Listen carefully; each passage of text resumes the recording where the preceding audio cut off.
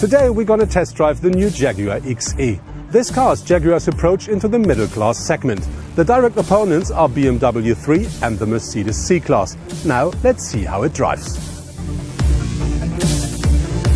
Jaguar refers to the XE as the most advanced sports saloon ever produced, and in many ways, they're right. From the outside, the typical Jaguar style is striking. From the front, the car looks ready to pounce, with its distinctive radiator grille, large air intakes and flat headlights. The bonnet is a little longer than other saloons, so the passenger compartment sits slightly further back. This creates a coupé-like appearance. The sporty look continues through the sides and pillars, with a sloping roofline and broad shoulders, creating the overall impression of a highly dynamic saloon. This loses a little bit of its momentum at the rear, but still finishes with a solid impression. Inside, everything is top quality and continues the athletic feel of the car. The seating position is relatively low and you feel comfortable and safe enclosed between the wide center console and the high window line. As with other Jaguar models, the vehicle seems to be built around the driver. Surrounded by high-quality materials, the well-contoured seats make the most of the space. With a boot volume of 455 litres, the saloon is 25 litres under the competition from Stuttgart and Munich, but still offers plenty of space.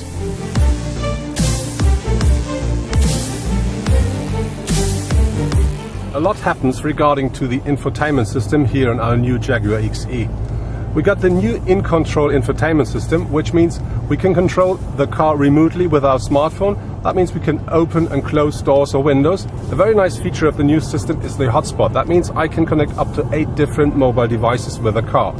On top, I can use a lot of my smartphone apps right here on the central display of the car, which means I have all the things I'm used to right here with me. All models have been consistently made using aluminium, which now makes up 75% of the body. The generous use of high-strength aluminium alloys make for a very light but extremely torsional stiff body structure. Combined with modern diesel and petrol engines, the Jaguar XE offers very respectable fuel economy. The entry-level diesel produces 163 brake horsepower and has a fuel consumption figure of 3.8 litres, producing just 99 grams of CO2 emissions. The smallest petrol engine is a 2-litre that delivers 200 brake horsepower at 7.5 litres of fuel consumption. Our Jaguar is fired by a 2-litre diesel engine with 180 brake horsepower and 430 Newton meters of torque. With this, it is quite agile. It's not a real sports car, but sporty. But the fuel consumption of this car is average 4.2 liters 100 kilometers, so that's fair. Regardless of which XE model you select, the Jaguar gives a driving impression that's always sporty and taut, really underlining the term sports saloon without compromising on comfort, thanks to the well-tuned chassis. Jaguar Land Rover can still build sports cars today, as they demonstrate with the introduction of the F-Type. Latest performance brand models clearly show that they're more than happy to provide new challenges in the segment. What we see here are the new performance cars of Land Rover and Jaguar. On my right-hand side, the new Range Rover Sport SVR, 550 brake horsepower, 680 Newton meters of torque, and a suspension made by God. With that car, we can nearly drive as fast on the racetrack as with our F-Type. In just 4.7 seconds, the 5-litre V8 supercharged engine accelerates the Range Rover Sport SVR from 0 to 100 kilometers per hour. Electronically limited to 260 kilometers per hour, the car features exclusive sports seats, 22-inch alloy wheels, and 2 sets of double chrome exhausts, underlining the sporty appearance of the luxury SUV. Our driving impression can best be described as a mixture of confusion and excitement about the agility, power and performance of the SVR. Only his heavy weight seems to stop him from overtaking his sporting half-brother, the F-Type, on the racetrack. Talking about the F-Type, the car itself is not new. You can buy a convertible or the coupé. The engines are from 340 to 550 brake horsepower, but new is all-wheel drive. That makes the car more agile, more sporty. It's real fun to drive. And in the near future, you can have that car as a manual car. That means manual gearbox, very purist, but only with rear-wheel drive.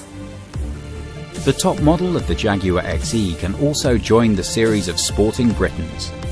For all of you who likes it a bit more sporty, Jaguar offers the XES. That means we have a 340 brake horsepower V6 engine on board, 450 Newton meters of torque.